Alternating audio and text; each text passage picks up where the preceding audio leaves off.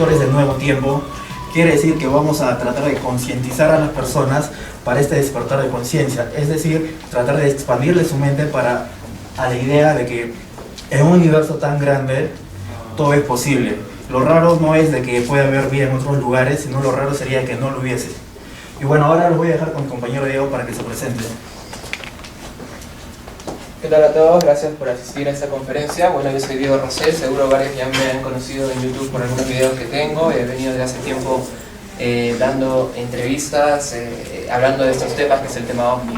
Bueno, así como lo dijo mi compañero Javier Luján, hoy vamos a tener una conferencia bastante interesante en donde vamos a hablar sobre el tema OVNI y el tema de la muerte, dos cosas que atraen mucho a las personas.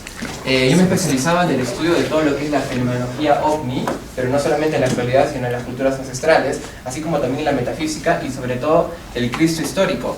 Esto no lo vamos a tocar hoy día en esta conferencia, ya que tomaría una conferencia entera tocar y hablar del Cristo histórico, pero es un tema también bastante interesante, en donde un poco criticamos los evangelios y hablamos, tratamos de dar una perspectiva a la gente sobre cómo sería en realidad el personaje de Jesús y en qué cosa han fallado, digamos, estos evangelios, que lo único que tratan es propiciar la fe en un Cristo. Entonces, ahora vamos a... Bueno, ya les explicó todo lo del grupo Éxodo 12. Formé el grupo Éxodo 12 ya, digamos, el 2011, el 28 de octubre del 2011. Y bueno, como dijo Javier, somos amigos que nos juntamos porque nos interesaba un tema en común, que era el tema OVNI, así inició todo. Pero estábamos también muy intrigados sobre el tema del 2012, seguro varios lo han escuchado, el 21 de diciembre de 2012, qué iba a pasar en esta época. Acá también en esta conferencia vamos a aclarar qué es lo que realmente tenía que pasar y lo que realmente ha pasado y lo que no ha pasado también. Bueno, y después comenzamos a investigar todos los temas de las culturas ancestrales. Y yo siempre me planteé una pregunta y desde muy pequeño, y creo que es la pregunta que considero personalmente todos los que estamos aquí deberían hacerse. ¿Quiénes somos, de dónde venimos y hacia dónde vamos? Esta es la pregunta principal, digamos. Entender esto es entender todo. Si nosotros respondemos a esta pregunta, podemos entender los problemas de la vida, podemos entender cuál es el motivo de la vida. Cuando yo tenía esta pregunta, la traté de responder a través de la religión no me dio una respuesta, siempre eran parciales. La traté de responder a través de la ciencia tampoco me dio una respuesta de esta pregunta. Entonces dije, bueno, si no hay la respuesta en la Tierra, habrá que buscarla en otros planetas. Y así vino en realidad mi interés sobre el tema OVNI, y realmente considero que si hay seres en otros planetas y están más evolucionados que nosotros, esto da para entender, digamos, que ellos ya han respondido esa pregunta. Entonces ahora vamos a comenzar con... Yo voy a empezar la conferencia así como está en el orden, si es que los que han visto el afiche, es decir, comenzamos por el contacto extraterrestre, por las culturas ancestrales, por la siembra genética de vida, para saber nuestro origen, porque lo que vamos a ver acá es nuestro origen. Y en la segunda parte de la conferencia, Javier Luján es el que va a iniciar con todo esto del tema de la muerte, que también seguro que muchos atrae ese tema.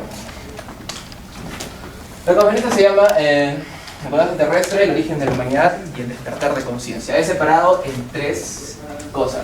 Primero, el contacto extraterrestre, que es, digamos, lo más importante aquí, porque seguro que todas las personas alguna vez hemos deseado tener un contacto con civilizaciones de otros planetas. Y entonces vamos a explicar realmente qué es el contacto extraterrestre.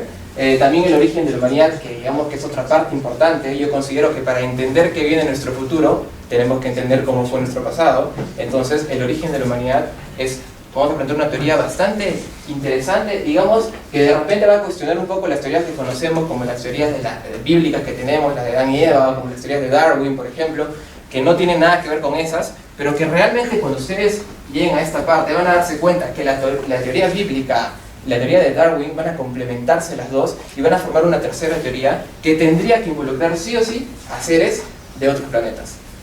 Y el último tema es el despertar de conciencia, que es realmente lo que también se va a hablar al final, especialmente Javier, que digamos es la persona que también se ha especializado mucho en metafísica y en todos estos temas de despertar de conciencia, de la nueva era, esta New Age que está de moda, que no tiene nada de nueva, sino al contrario, esto viene de una era mucho más vieja que la que estamos. Entonces, estos tres temas es lo que yo voy a tocar ahora. Entonces, eso es lo que dice la panspermia. Y los científicos poco a poco están aceptando esa teoría y están diciendo que a través de esto se dio la vida.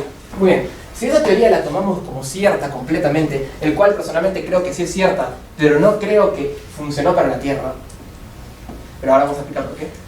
Si la teoría la tomamos como cierta, ¿en dónde quedarían los mitos las escrituras antiguas, todos los papiros, todos los antiguos registros que tenemos, en donde se atribuye a la creación de la tierra a un dios o a dioses.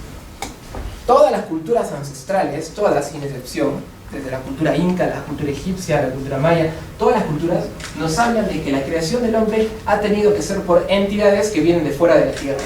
Bien sea llamadas por ellos dioses, llamadas por nuestra religión judía católica Dios, porque es una religión monoteísta, y recordemos que en la antigüedad era el politeísmo lo que estaba en todo lado, bien sea por dioses o Dios, era una creación divina. Entonces nosotros aquí en Grupo Éxodo y en la investigación que yo vengo haciendo, vamos a mezclar las dos cosas, porque efectivamente no tendríamos por qué dejar atrás estas leyendas que vienen de la antigüedad. Y recordemos que Platón, griego, nos habla de la Atlántida. Y recordemos que los seres mitológicos están muy presentes en la cultura griega.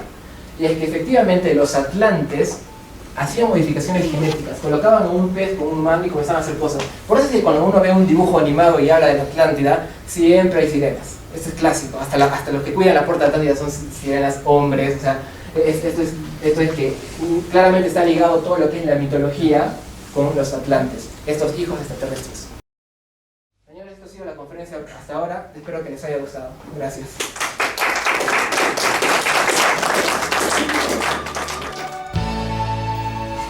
Hay dos tipos de desdoblamiento, el desdoblamiento consciente y el inconsciente.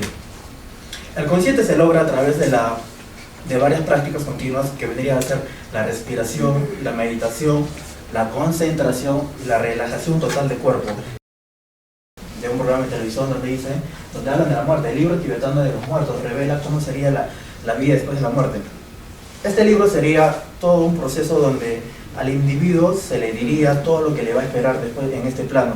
Ya se le estaría preparando para todo lo que le vendría después. Muy por el contrario de nosotros en esta época actual, donde una persona muere, pasamos por un momento doloroso, muy triste. Antiguamente, estas culturas hacían todo lo contrario. Bueno, pues, ¿qué de cierto hay con todo esto? ¿Qué nos dice la ciencia? ¿Qué pruebas nos pueden dar de que sí es cierto todo lo que las culturas antiguas venían diciendo, que creían en la reencarnación, creían en la vida, creían en la muerte? Pues los famosos casos de muerte clínica o ESM, experiencias cercanas a la muerte. Una muerte clínica es el cese de la actividad cardiovascular, es decir, se deja de irradiar sangre a todo el cuerpo, en especial al cerebro. Y cuando se deja de irradiar sangre al cerebro, se dice que es una muerte clínica, porque el cerebro ya no va a recibir oxígeno. El Evangelio de Lucas nos dice, y se le apareció el ángel del Señor, y Zacarías, al verlo, se llenó de temor y un gran terror se apoderó de él. El ángel le dijo: no temas, Zacarías, porque su petición ha sido escuchada. Isabel, su mujer, dará a luz un hijo a quien pondrán por nombre Juan. Él será para ustedes gozo y alegría, y muchos se alegrarán por su nacimiento, porque será grande ante el Señor. No beberá licores, estará lleno del Espíritu Santo y convertirá a muchos hacia Dios. Y tendrá el espíritu de Elías para preparar al Señor un pueblo bien. Entonces ya acá el ángel ya estaba anunciando que iban a ser Juan el Bautista con el espíritu de Elías, no con la personalidad ni con el carácter, porque esto muere con el cuerpo físico, sino con el espíritu de Elías. Ahora, en la transfiguración en el monte Tabor, se dice que Jesús se torna resplandeciente, a su lado aparece Elías y a su lado aparece Moisés. Y 3 de sus discípulos llegaron a contemplar esto. Y ellos le preguntaron: Señor, ¿pero acaso no estaba escrito que antes de que viniera el Mesías, Elías regresaría a nosotros? Y Jesús le dice: pues yo les digo, Elías ya vino, no han sabido reconocerlo, hasta antes lo habéis matado. Y es ahí donde ellos se dieron cuenta que estaban hablando de Juan el Bautista. Si Juan el Bautista era la reencarnación de Elías, y Elías tenía una deuda de sangre porque había matado a todos estos sacerdotes, ¿cómo murió Juan el Bautista? Decapitado. Casualidades.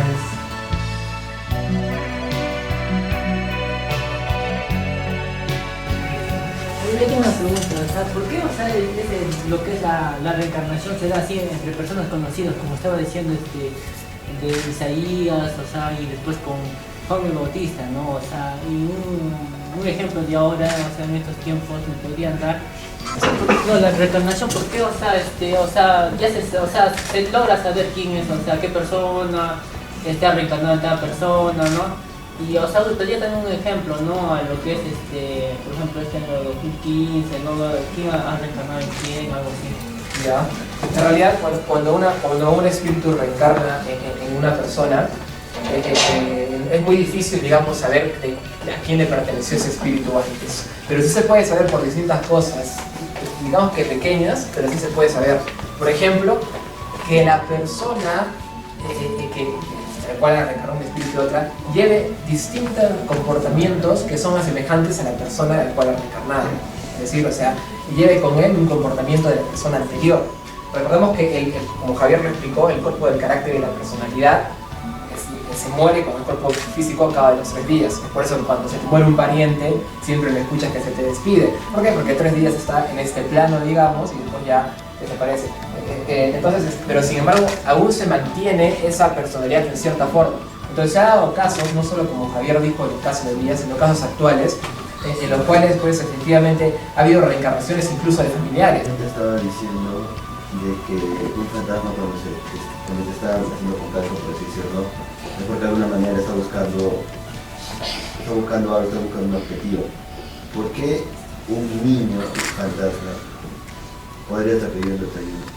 Yo me siento la capacidad para decirle que sí, se me ha parecido un niño fantasma. ¿Por qué un niño te pediría ayuda? Porque tanto niño o adulto, estas personas, estas almas van a quedar atrapadas en un universo paralelo donde todo va a ser, se le conoce como el bajo astral, donde todo va a ser, no va a ser bonito, va a ser feo, perturbaciones también por otras partes de entidades, también de sucubos y incubos, que es un tema aparte. Entonces, esta entidad no la va a pasar para nada bien. Por eso puse el caso, digamos, imagínate tú que estás acá y que tú veas a todos, pero que nadie te vea, ¿cómo te sentirías? Vas a buscar alguna ayuda, de alguna manera te vas a querer manifestar. Por eso se dan también los casos de que estamos, por decirlo acá, y de repente la botella pum, se mueve, o los ruidos, todas esas manifestaciones que se pueden dar. El caballero, creo. ¿Qué me dices si la reencarnación se llama, cierto? Pero es las generaciones, ¿no? Es el que se creó el hombre, supuestamente. Entonces, pero si la Biblia dice que todo hombre va a ser juzgado por sus obras, entonces, ¿cómo se contradice con lo que dice la reencarnación, ¿no? El tema de la religión. Sí, mira, yo te digo una cosa, lo que dice en la Biblia y lo que nosotros como sociedad cristiana, digamos, estamos aceptando lo que dice la Biblia como realidad y como verdad, pero nos estamos olvidando que la Biblia es un libro judío que pertenecía solo a los judíos, es decir, era la creencia de los judíos nada más. Así como los judíos tenían su creencia en aquella época, también estaban la cultura sumeria, la cultura maya, la cultura hindú, que también tenían sus libros como el Ramayana, por ejemplo, como el Corán, que dice, ahí se habla de la reencarnación, todo. Entonces, de repente tu pregunta es porque tú eres, digamos, un cristiano, entonces das la Biblia das por entendido que la Biblia todo lo que se dice en realidad, pero recordemos que solamente es una sola tradición. Si nosotros queremos buscar el sentido de la vida, yo no busco solo en la Biblia me da la perspectiva de la vida de los judíos de aquella época, pero yo busco en la Biblia, que también no lo omito para nada, y en los distintos libros, y así llego a una conclusión. Entonces, por eso es que sí se habla de la reencarnación en otros libros, en la mayoría, pero en la Biblia los judíos no creían en la reencarnación porque son parte de sus creencias espirituales.